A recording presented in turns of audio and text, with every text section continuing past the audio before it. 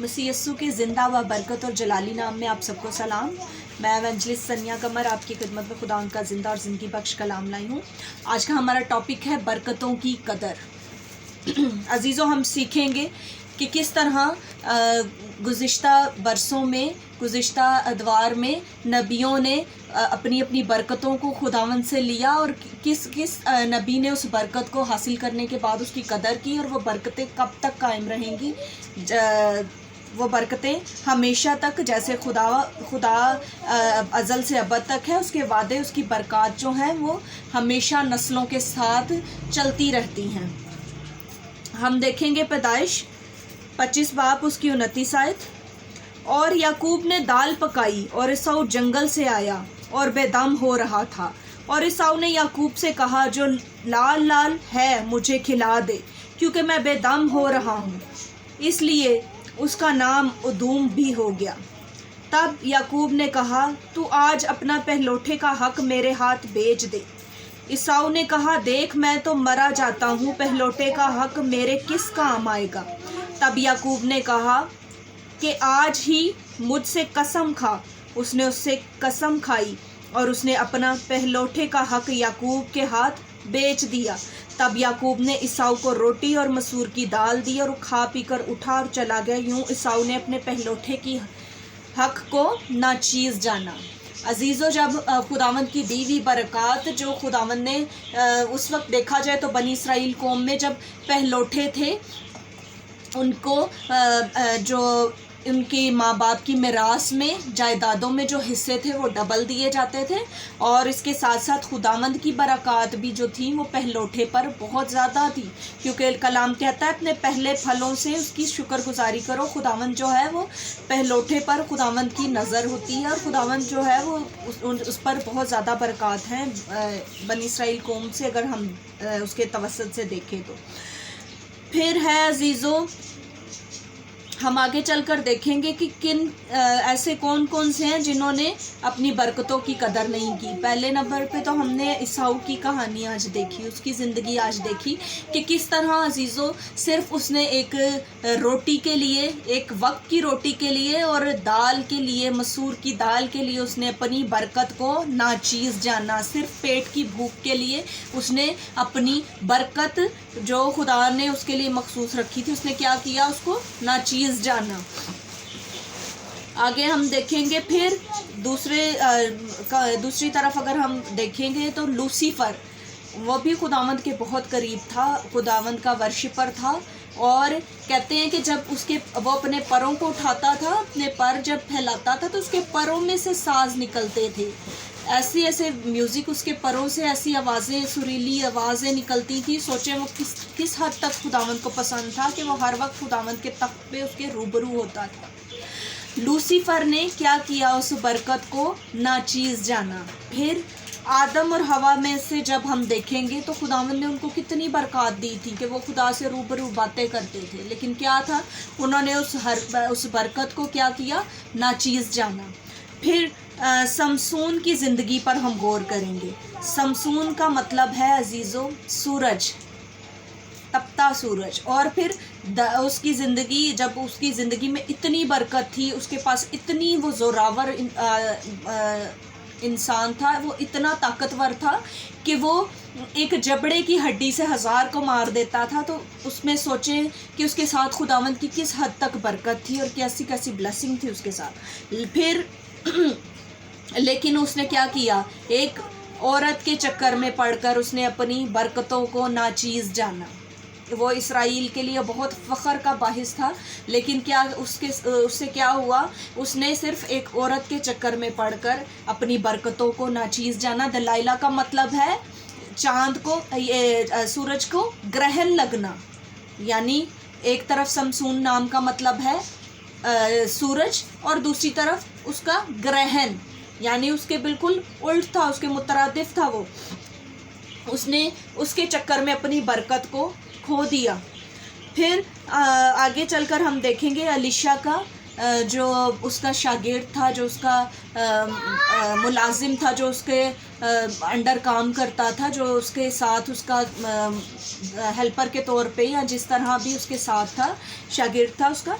जहाज़ी उसका नाम था अजीज़ों। और लेकिन क्या था, वो उसमें लालच आया और वो इतनी खुदावंद के अजीम बंदा के नज़दीक होते हुए, नबी के नज़दीक होते हुए उसने क्या किया, अपनी बरकत को नाचीज़ जाना। और उसने क्या किया, लालच में आकर अपनी ना सिर्फ बरकतों को खोया बल्कि उसने अपने लिए और अपनी आने वाली नस्लों के लिए क्या किया, कोढ़ जैसी लानत को अपने ऊपर ले लिया, सिर्फ लालच के चलते।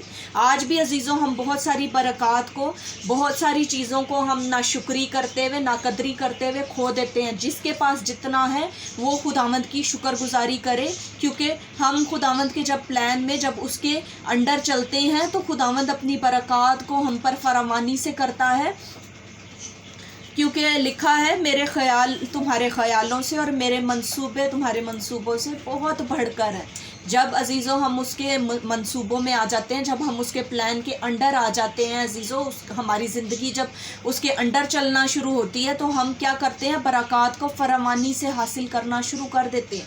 लेकिन जब हम उन बरक़ात की नाकदरी करते हैं, जब हम उसके बारे में समझते नहीं, तो वो आहिस्ता आहिस्ता एक एक करके हमारी ज़िंदगी से जाना शुरू हो जाती हैं और वो बरक़ात को हम एक दिन आता है बिल्कुल खो देते हैं।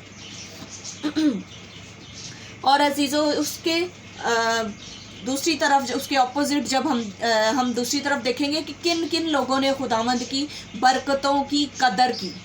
पालूस अजीज़ों सर फहरिस्त है, जिसने दुनिया की सारी चीज़ों को क्या किया, अपने लिए, अपनी ख्वाहिशात को अपने मारा। हर रोज़ वो मसीह में अपने हर रोज़ वो सीखता था कि कैसे मुझे ज़िंदगी मसीह के साथ गुजारनी है। वो तंगी में, हर तरह के बुरे हालातों में, क्योंकि वो समझता था कि ये जो ज़िंदगी है, ये जो जहान है, ये फ़ानी है।